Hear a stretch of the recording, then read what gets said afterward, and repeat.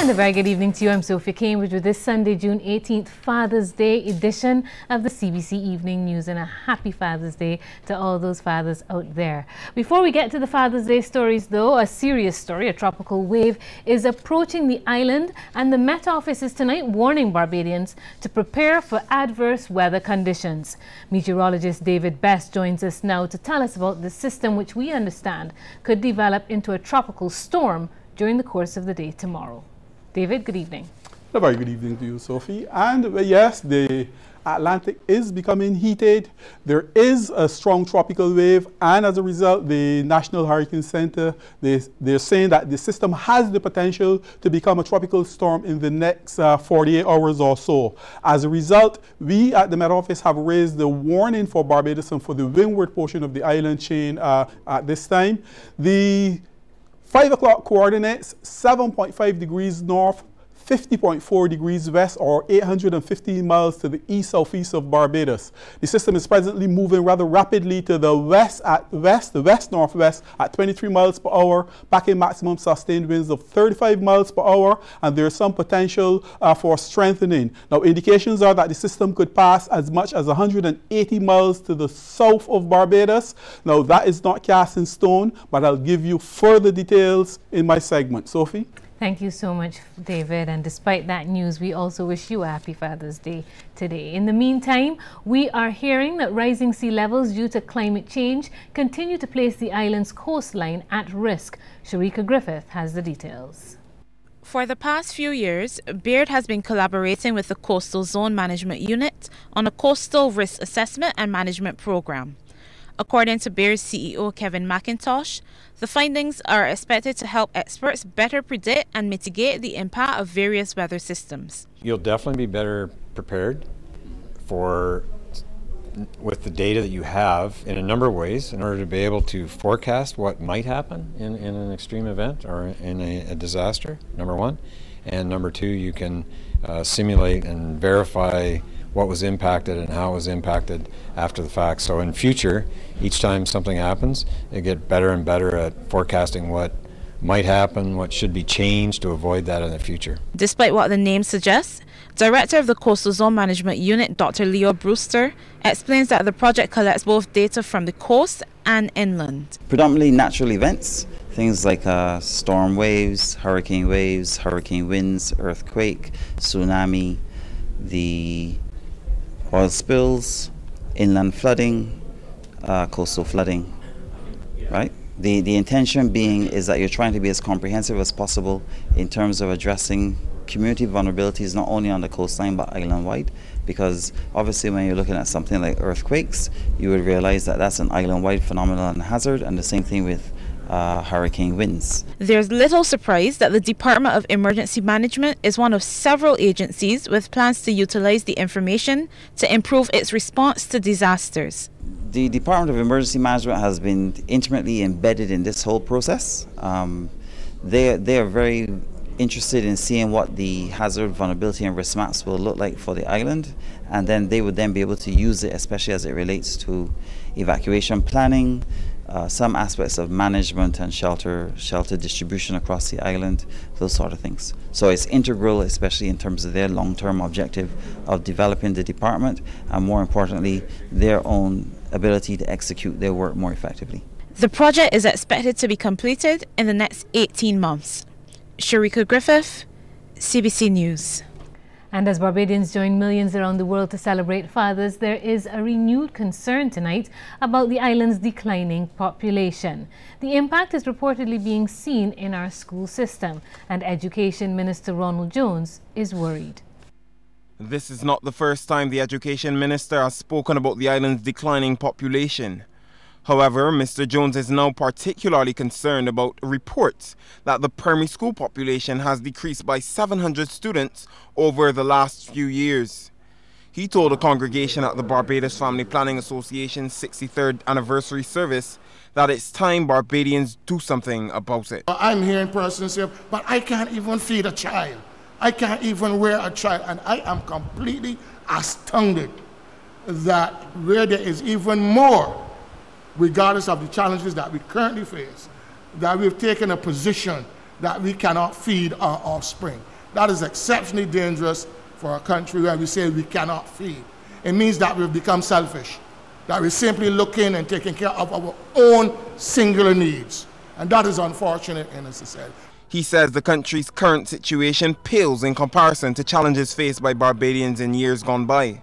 Mr. Jones believes, however, that a greater community effort is needed in rearing children in these times. And I'm not talking for a person to have 8 and 9 and 10 children and all of those. But even those families who had those did everything legal to ensure that their children lived, they had nourishment. Community was very much present because, in fact, the notion of a community raising a child was practiced. It was not taught. And even though, yes, there were struggles in the entire society because we were now emerging out of some of the more severe difficulties of 1937 and before. So what we see now, we didn't see then. Meanwhile, President of the Barbados Family Planning Association, Ruth Phillips, says the association will continue to stick to its mandate. That is, ensuring ordinary Barbadians, including the vulnerable and at risk, maintain their reproductive health. Kareem Smith, CBC News. And coming up, we return to take a look at how some fathers were celebrated today.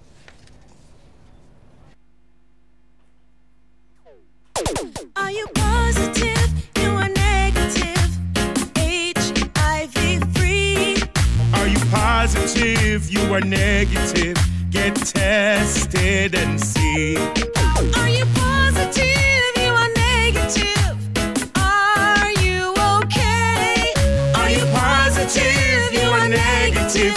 Get tested today. Live Up, the Caribbean Media Alliance, in association with Scotiabank, PANCAP, and local ministries and departments of health, are for the 10th anniversary of Regional Testing Day, providing free HIV testing and counselling.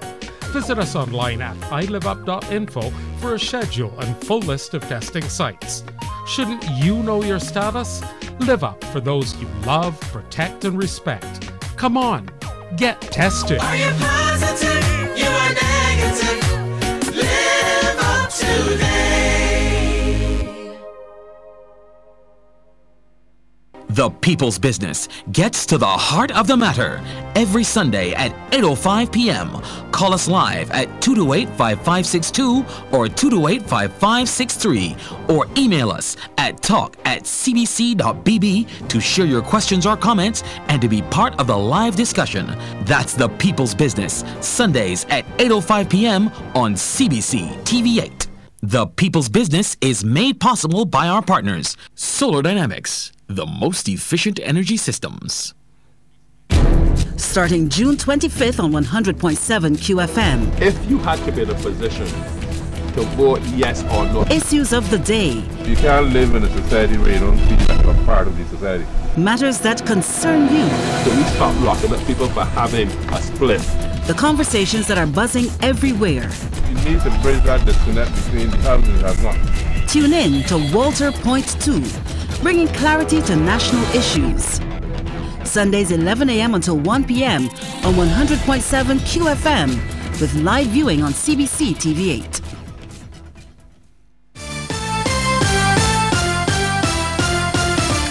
Well, dads were the center of attention today as many organizations across Barbados celebrated Father's Day.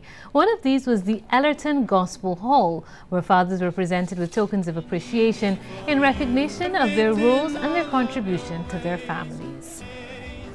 If at first you don't succeed, who do you call? Dad, or you call your father. Every child has a hero, and we call him Dad, or Daddy, or Father. Although the fathers were the toast of that service, the church also took time to honor an outstanding woman. She's Barbadian Shirley Gill, who was recognized for her achievements in the field of nursing, having been chosen as Registered Nurse of the Year by the New York State Health Facilities Association. She encouraged the congregants to glorify God with their actions.